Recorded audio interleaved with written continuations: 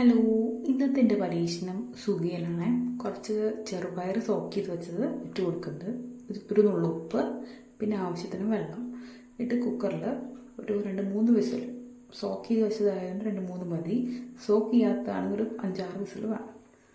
പിന്നെ ഒരു പാൻ വെച്ചിട്ടുണ്ട്, കുറച്ച് കോക്കനട്ട് ഗ്രേറ്റ് ചെയ്തത് അതൊന്ന് ഇട്ട് ജസ്റ്റ് ഒന്ന് ഇതാക്കിയെടുക്കുക, ഒരുപാട് മുരിഞ്ഞു പോകണ്ട. പിന്നെ അതിലേക്ക് കുറച്ച് ജീരകം, ചെറിയ ജീരകം, ഒരുപാട് ആവരുത്, ഒരു നുള്ളിൽ ഇട്ട് കൊടുക്കുക.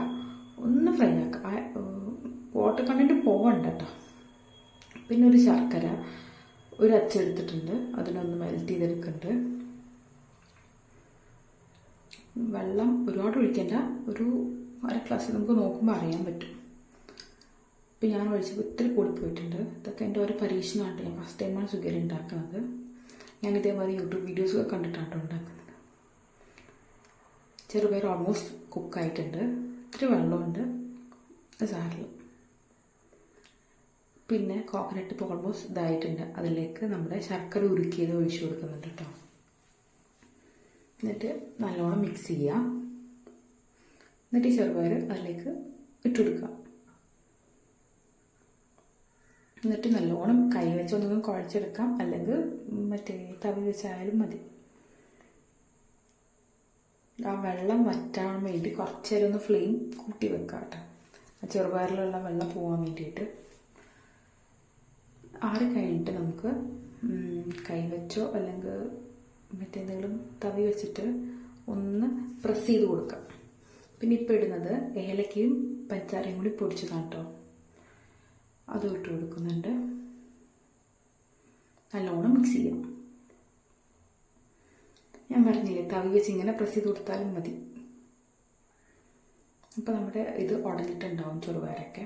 പിന്നെ മാവിന് വേണ്ടി, ബാറ്റർ ഉണ്ടാക്കാൻ വേണ്ടി കുറച്ച് അരിപ്പൊടിയും കുറച്ച് മൈദയും പിന്നെ ഒരു നുള്ള് മഞ്ഞൾപ്പൊടി, പിന്നെ 2 സ്പൂൺ പഞ്ചസാര ഇടുന്നുണ്ട്, പിന്നെ ഒരു നുള്ള് ഉപ്പ്.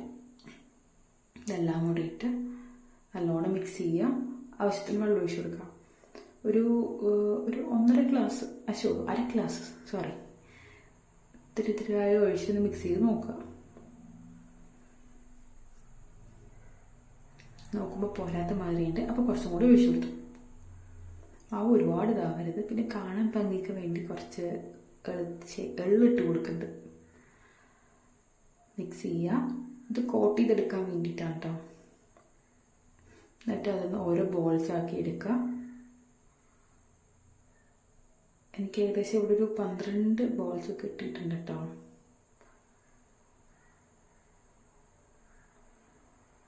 പിന്നെ ഒന്ന് കോട്ട് ചെയ്തിട്ട് ഫ്രൈ ചെയ്യാം. വെളിച്ചെണ്ണയിൽ ചെയ്യണതാണ് കേട്ടോ നല്ലത്. ഞാനിപ്പോൾ എടുത്തത് സൺഫ്ലവർ ഓയിലാണ്, ഇരുമ്പ് ചീനച്ചട്ടിയിലാണ് കേട്ടോ ഉണ്ടാക്കുക. ഇത്തിരി ഹെൽത്തി ആയിക്കോട്ടെ വിചാരിച്ച്. പിന്നെ 2-3 ഒരു അറ്റ് എ ടൈം 4 ഇട്ടു, ചെറുതല്ലേ, ഫ്രൈ ചെയ്തെടുക്കുന്നുണ്ട്. ഞാൻ ഉണ്ടാക്കിയത് കൊണ്ട് പറയല്ല, നന്നായിട്ടുണ്ട് കേട്ടോ. ഫസ്റ്റ് അറ്റംപ്റ്റ് അല്ലേ. അപ്പോൾ ഓക്കെ, ബൈ. അത്രേ ഉള്ളൂ.